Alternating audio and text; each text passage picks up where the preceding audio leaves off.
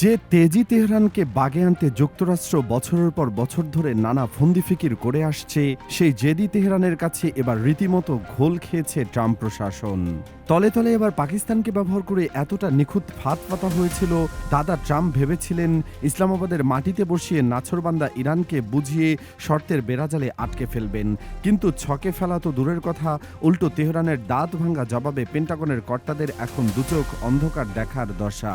একদিকে যুক্তরাষ্ট্রের গলা শুকিয়ে কাঠ, অন্যদিকে খ্যাপাটে আইআরজিসি বুঝিয়ে দিয়েছে যে তারা কারো গোলামি করার পাত্র নয়। কিভাবে পাকিস্তানের মাটিতে পাতা যুক্তরাষ্ট্রের গোপন প্ল্যান চিরতরে ধুলোয় মিশিয়ে দিল তেহরান, আর কেনই বা হুঙ্কার দিয়ে ট্রাম্পের নাকের ডগা দিয়ে ছড়ি ঘোরাচ্ছে এই সাহসী জাতি। চলুন সমরবিদদের দেওয়া একদম ভেতরের খবরগুলো আজ ফাঁস করা যাক। বর্তমান বিশ্বের সবচেয়ে বড় চমক এখন একটাই, বিশাল শক্তি বলে দাবি করা যুক্তরাষ্ট্রকে কিভাবে ইরান এভাবে নাজেহাল করে ছাড়ছে তা নিয়ে বিশ্বজুড়ে চলছে তুমুল আলোচনা। সবাই অবাক হয়ে দেখছে এই সাহসী জাতির বীরত্ব। তারা প্রমাণ করেছে যে শুধু টাকা আর অস্ত্র থাকলেই সবাইকে বশ করা যায় না, মনের জোর আর সাহস থাকলে যে কাউকে রুখে দেওয়া সম্ভব। মূলত হোয়াইট হাউস এবার একটা বিশাল জুয়া খেলেছিল। তাদের একমাত্র লক্ষ্য ছিল যে কোনো উপায়ে তেহরানের মাথাদের আলোচনার টেবিলে টেনে আনা, আর এই পুরো কাজের জন্য তারা বেছে নিয়েছিল ইসলামাবাদকে। পর্দার আড়ালে বসে সব সাজিয়েছিল খোদ ডোনাল্ড ট্রাম্প। তার প্ল্যান ছিল এমন একটা পরিস্থিতি তৈরি করা যেখানে চারপাশ থেকে চাপ দিয়ে তেহরানকে আপোষ করতে বাধ্য করা যায়। এমনকি এই মিশন সফল করতে জেডি ভ্যান্সকে দফায় দফায় পাঠানো হয়েছিল।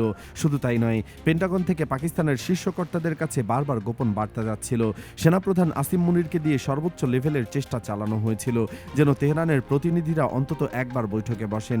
ট্রাম্পের উদ্দেশ্যটা খুব পরিষ্কার ছিল, একটি লোক দেখানো চুক্তি করে বিশ্বমঞ্চে নিজেকে শান্তির দূত হিসাবে জাহির করা আর সামনের নোবেল পুরস্কার নিজের ঝুলিতে পোড়া। কিন্তু তেহরানের নেতারা এত বোকা নয়, তারা যুক্তরাষ্ট্রের এই ধান্দাবাজি অনেক আগেই ধরে ফেলেছে। তারা স্পষ্ট জানিয়ে দিয়েছে যেই নেতাদের কথার কানা করে মূল্য নেই, যারা কথায় কথায় ছলছাতুরি করে, তাদের সাথে এক টেবিলে বসার প্রশ্নই ওঠে না। এই একটা ধমককেই হোয়াইট হাউসের কর্মকর্তারা রীতিমতো বনে গেছেন। তাদের সাজানো তাসের ঘর এক নিমিষে মাটির সাথে লুটিয়ে পড়েছে। ট্রাম্প প্রশাসনের এত বড় আয়োজন যে এভাবে ছারখার হয়ে যাবে তা পেন্টাগনের বাঘা বাঘা কর্তারাও কল্পনা করতে পারেনি। এখন তারা বুঝতে পারছে তেহরানকে বোকা বানানো এত সহজ কাজ নয়। তলে তলে পাতা ফাঁদ এখন তাদের নিজেদের গলাতেই আটকে গেছে। এদিকে আগের চুক্তির মেয়াদ ফুরিয়ে আসতেই শুরু হয় নতুন এক নাটক। সামরিক পর্যবেক্ষকরা বলছেন, যখন সব দিক থেকে চাপ দিয়েও এই অদম্য জাতিকে টলানো গেল না, তখন মান সম্মান বাঁচাতে এক অদ্ভুত কৌশল নিল যুক্তরাষ্ট্র। হুট করে অনির্দিষ্টকালের জন্য যুদ্ধবিরতির ঘোষণা দিয়ে বসল ট্রাম্প প্রশাসন। এই ঘোষণাকে সমরবিদরা সরাসরি লেজ গুটিয়ে পালানো হিসেবে আখ্যা দিচ্ছেন। কারণ যেখানে বিশ্বের অনেক বড় বড় দেশ ওয়াশিংটনের দিকে তাকিয়ে থাকে, তাদের কথায় উদ্বোস করে, সেখানে এই সাহসী জাতি একদম বুড়ো আঙ্গুল দেখিয়ে প্রমাণ করে দিয়েছে সত্যিকারের ক্ষমতা আসলে কাকে বলে। চুক্তির এই বিরতির সময় তারা বসে নেই, একটানা নিজেদের ক্ষমতা ও রক্ষার ব্যবস্থা দ্বিগুণ হারে বাড়িয়ে দিয়েছে। ইরানের এই দিনরাত প্রস্তুতির কারণে পেন্টাগনের ভেতরে রীতিমতো ধরধর করে কাঁপা শুরু হয়েছে। পশ্চিমা বিশ্ব যখন ভাবছিল তেহরান হয়তো এবার একটু নরম হবে, ঠিক তখনই তারা এমন এক চাঞ্চল্যকর জবাব দেওয়ার প্রস্তুতি নিয়ে রেখেছে যা বিশ্লেষকদেরও চোখ কপালে ওঠার দশা। তাদের এই শক্ত মনোভাবের কারণে ওয়াশিংটনের সব ফাপড় আর গলাবাজি এখন নিছকই হাস্যকর মনে হচ্ছে। বিশ্ববাসী অবাক হয়ে দেখেছে কিভাবে একটা দেশ যুক্তরাষ্ট্রের মতো বিশাল শক্তিকে এমনভাবে জব্দ করে রেখেছে। তারা যেন চোখে আঙুল দিয়ে দেখিয়ে দিচ্ছে যে হুমকি দিয়ে তাদের দমানো যাবে না। তারা নিজেদের পায়ে দাঁড়িয়ে পশ্চিমা বিশ্বের সব চক্রান্তকে রুখে দিতে পারে। যুক্তরাষ্ট্রের এই পিছুহটা প্রমাণ করে যে তারা তেহরানকে কতটা ভয় পায়। তাদের এই ভয় পাওয়ার বিষয়টি এখন সবার সামনে পরিষ্কার হয়ে গেছে। তবে সবচেয়ে বড় চমকটা অপেক্ষা করছিল সাগরের বুকে। প্রতিরক্ষা বিশেষজ্ঞদের রিপোর্ট ঘাটলে দেখা যায় ওয়াশিংটন চেয়েছিল মুখে শান্তির কথা বলে ওমান সাগরে নিজেদের জাহাজগুলোর দাপট বজায় রাখতে। তারা ভেবেছিল তলে তলে নৌপথে একটা অদৃশ্য দেয়াল তুলে তেহরানকে শায়েস্তা করবে।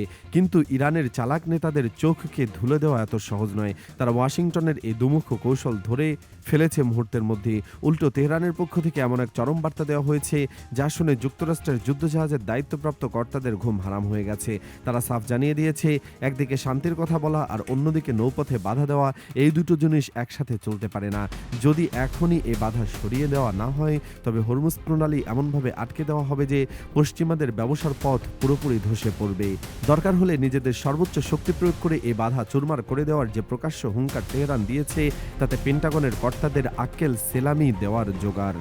এই মার্কাটারি অবস্থানের পর ওয়াশিংটন খুব ভালো করে বুঝে গেছে এখানে মাস্তানি করতে গেলে কড়াই গন্ডায় হিসাব চুকিয়ে দিতে হবে।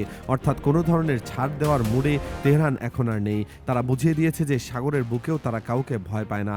নিজেদের অধিকার রক্ষায় তারা যে কোনো কিছু করতে পারে। তবে মধ্যপ্রাচ্যের আসল খেলাটা এখন লেবানন ঘিরে। সেখানে চলছে আরেক নতুন নাটক। আন্তর্জাতিক গণমাধ্যমের খবর অনুযায়ী হোয়াইট হাউস চেয়েছিল নিজে সরাসরি মাঠে না নেমে নিজেদের শক্তি দিয়ে ইসরায়েলকে পেছন থেকে কলকাঠি নাড়তে। তাদের প্ল্যান ছিল তেহরানের সাথে একটি বিরতি রেখে লেবাননে নিজেদের কাজ হাসিল করা। কিন্তু এই গোপন ফাঁদ তেহরান অনেক আগেই ধরে ফেলেছে।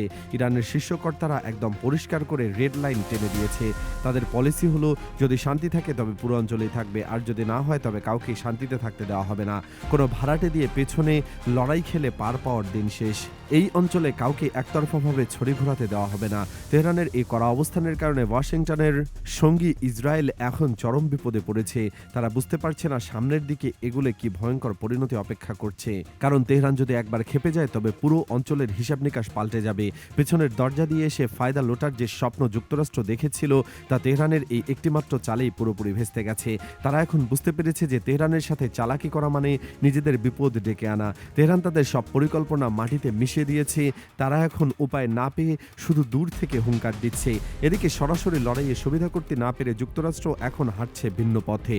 বিশ্লেষকদের মতে তাদের এখনকার মূল লক্ষ্য একটা আড়ালের খেলা চালিয়ে যাওয়া। তারা চাইছে একটা ঘোলাটে পরিস্থিতি তৈরি করে তেহরানের টাকার পথ বন্ধ করে দিতে। তাদের এই ব্যবসার পথ আটকানোর ছকের মূল উদ্দেশ্য হলো ইরানের ভেতরের অবস্থাকে দুর্বল করে দেওয়া। কিন্তু খ্যাপাটে আইআরজিসি এবং তেহরানের নেতারা এই চালটা খুব ভালো করেই বোঝেন। তারা জানেন সরাসরি মাঠে তাদের সাথে টেক্কা দেওয়া সম্ভব নয় বলেই এই চোরাগোপ্তা পথ বেছে নেওয়া হয়েছে। তবে তেহরান এক বিন্দুও বিচলিত নয়। তারা এই চক্রান্তকে চিরতরে ধুলোয় মিশিয়ে দিতে প্রস্তুত। তাদের শক্ত ভরসা, নিজেদের শক্তি বলে তারা এই ষড়যন্ত্রের জাল ছিঁড়ে ফেলবে দ্রুতই। টাকার পথ টার্গেট করে বিদায় ঘণ্টা বাজানোর স্বপ্ন ওয়াশিংটন দেখছে। তার যে ছকই দিবা স্বপ্ন দেখুক, সেটা প্রমাণ করতে তেহরান এখন সম্পূর্ণ প্রস্তুত। তাদের এই চূড়ান্ত হুঙ্কার প্রমাণ করে যে কোনো ধরনের চাপ দিয়ে এই অদম্য জাতিকে দমিয়ে রাখা যাবে না। তারা নিজেদের পায়ে দাঁড়িয়ে পশ্চিমা বিশ্বের সব চক্রান্তকে বুড়ো আঙুল দেখাতে সক্ষম। যুক্তরাষ্ট্রের সব প্রচেষ্টা ব্যর্থ প্রমাণ করে তারা সামনে এগিয়ে যাচ্ছে। পুরো বিষয়টি গভীরভাবে দেখলে একটা জিনিস একদম কাচের মতো পরিষ্কার হয়ে যায়। কূটনীতির মাঠ থেকে শুরু করে সাগরের বুক পর্যন্ত সবখানেই যুক্তরাষ্ট্রের দম্ভ একদম মাটিতে মিশিয়ে দিয়েছে তেহরান। ইসলামাবাদের মাটিতে যে নিখুঁত ফাতফাতা হয়েছিল তা শুধু ব্যর্থই হয়নি, উল্টো ওয়াশিংটনের জন্য চরম লজ্জার কারণ হয়ে দাঁড়িয়েছে। অন্যদিকে ওমান সাগরের গায়ের জোর দেখানোর যে চেষ্টা ছিল তা তেহরানের এক ধমকে চুপসে গেছে। পাশাপাশি টাকার চাপ কিংবা পেছনের লড়াই কোনো কৌশলেই এই জেদি জাতিকে তাদের জায়গা থেকে এক চুলও সরাতে পারেনি। বরং প্রতিটি ধাপে তারা প্রমাণ করেছে যে নিজেদের অধিকার রক্ষায় তারা যে কোনো চূড়ান্ত সীমানায় যেতে প্রস্তুত। হোয়াইট হাউসের কর্তারা যতই ফন্দি আটুক না কেন, তেহরানের এই শক্ত দেয়াল ভাঙা তাদের সাধ্যের বাইরে। আন্তর্জাতিক রাজনীতির এই দাবা খেলায় আপাতত তেহরানের চালের কাছে পুরোপুরি ঘায়েল হয়ে আছে ট্রাম্প প্রশাসন। সামনের দিনগুলোতে এই লড়াই কোন দিকে মোড় নেয় সেটাই এখন দেখার বিষয়। তবে এটা নিশ্চিত যে কোনো মতেই অন্যায়ের কাছে মাথা নত করবে না এই লড়াকু জাতি। তাদের এই বীরত্ব ইতিহাস হয়ে থাকবে বিশ্বের কাছে। তারা একটা বড় উদাহরণ হয়ে দাঁড়িয়েছে। এত বড় একটা দেশের বিরুদ্ধে একা লড়ে যাওয়া কোনো সাধারণ কথা নয়। সবাই এখন তাদের এই সাহসের প্রশংসা করছে এবং আগামী দিনের জন্য অপেক্ষা করছে।